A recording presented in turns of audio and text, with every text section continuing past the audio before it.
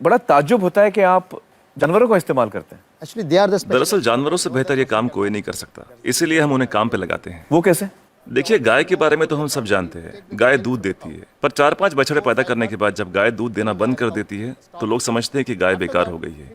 इसी तरह लोग कचरे को भी बेकार समझते हैं, पर माइनस और माइनस के मिलने पर ही प्लस बनता है। To minus always plus. बस इन दोनों चीजों को साथ में जोड़ने की जरूरत है। And every 4 hours we collect in the bulk इसलिए हम सब्जी मार्केट से हर 4 घंटे में बचा हुआ माल उठाते हैं। fruit mandis. So there's कुदरत ने हर चीज के लिए वक्त दिया है, अगर उस वक्त के अंदर आप सही इस्तेमाल कर ले तो वो चीज बेकार नहीं रहती, उसमें से कुछ काम की चीज निकलती है। resource. So the dry इसलिए हम अपने प्रोजेक्ट में गाय को अपॉइंट करते हैं, हर 35 किलो छिलकों के लिए एक गाय। उनका काम है इन सब्जियों के ताजे छिलकों को खाना, गोबर देना और फिर शेड में आराम करना, रिटायर्ड जिंदगी जीना।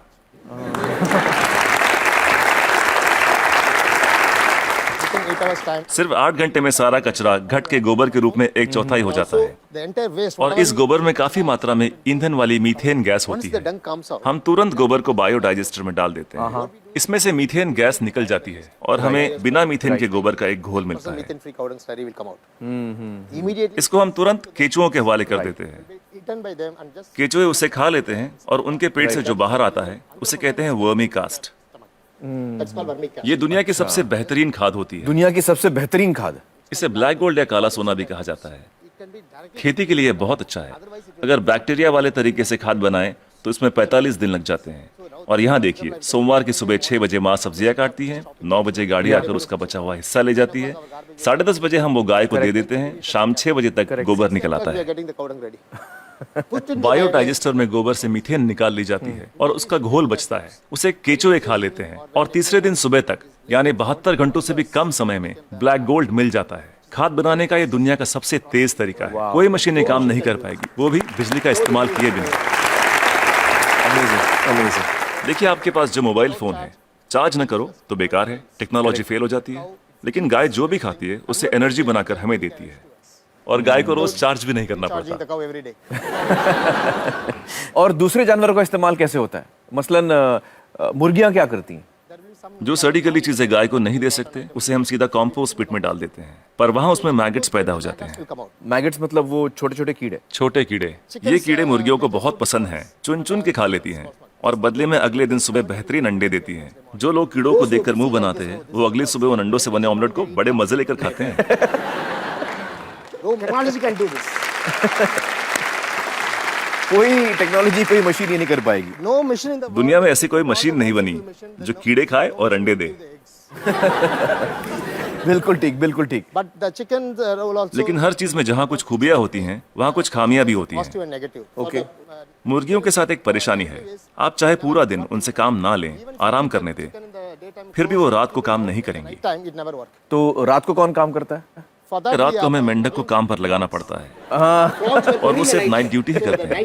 कुदरत का करिश्मा है, एक दूसरे की कमी को पूरा कर देते हैं, ना तनख्वाह मांगते हैं, ना बोनस, ना यूनियन बनाते हैं, ना हड़ताल करते हैं, बस अपने अपने काम में लगे रहते हैं। सही है, सही है। तो मुझे बताइए कि ये बतखें क्या करती हैं? duck's favorite food. बतख का पसंदीदा खाना है मछलियाँ। अब मछली बाजार का कचरा म्यूनिसिपैलिटी के लिए सरदर्द होता है, पर वही मछलियाँ बतख के लिए दावत हैं। तो अगर आप हर 3 घंटे में मछली बाजार का कचरा उठा के बतखों को दे दे तो ये तुरंत हजम कर लेंगी। 15-20 मिनट में सब कुछ सफाचट, और कचरा अगले दिन बतखों के खूबसूरत अंडों में तब्दील हो जाएगा। The whole thing will be contained with beautiful eggs.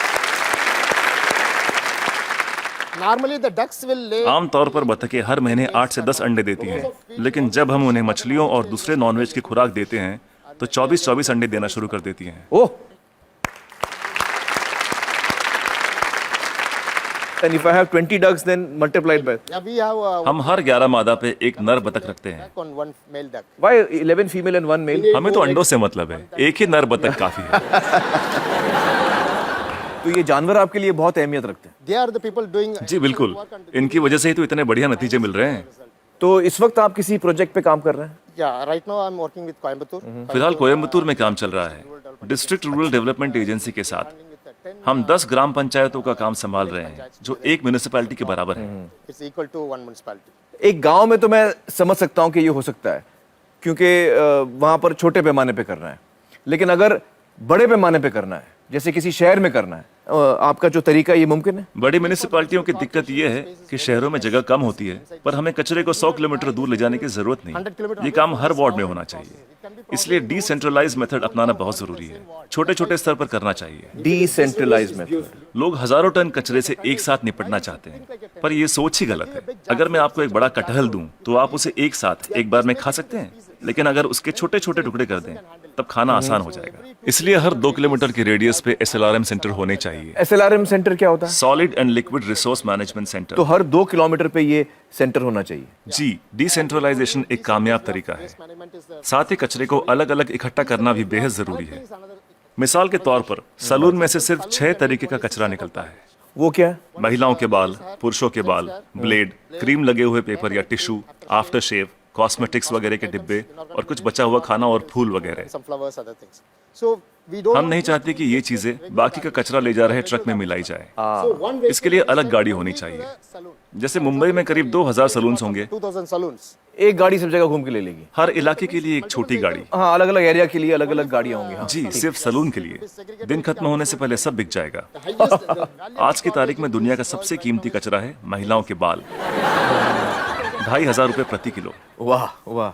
तो दिन भर का जो कचरा है, दिन खत्म होते होते वो इस्तेमाल भी हो जाएगा। अलग अलग इकट्ठा करें तो राज ये है, तरकीब ये है कि शुरुआत से ही मिक्स मत करो। जी, अलग अलग इकट्ठा करो और अलग अलग ही लेकर जाओ।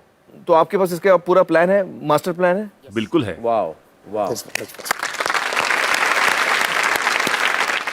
तो मुझे बताइए कि ये जो आपका मॉडल है, इसमें खर्चा कितना आता है? See, this is totally self-sustainable. देखिए, ये मॉडल अपना खर्च खुद निकाल लेता है। Experience, I'm telling you. मैं अपने तजुर्बे से कह सकता हूँ कि आपके घर के हर रोज के कचरे से 3 रुपए वसूले जा सकते हैं। Garbage. मतलब आप अगर मेरा कचरा लेंगे तो आप मुझे 3 रुपए देंगे? उसे 3 रुपयों में बदल सकता हूँ 3 रुपए में तब्दील कर देंगे, बदल देंगे।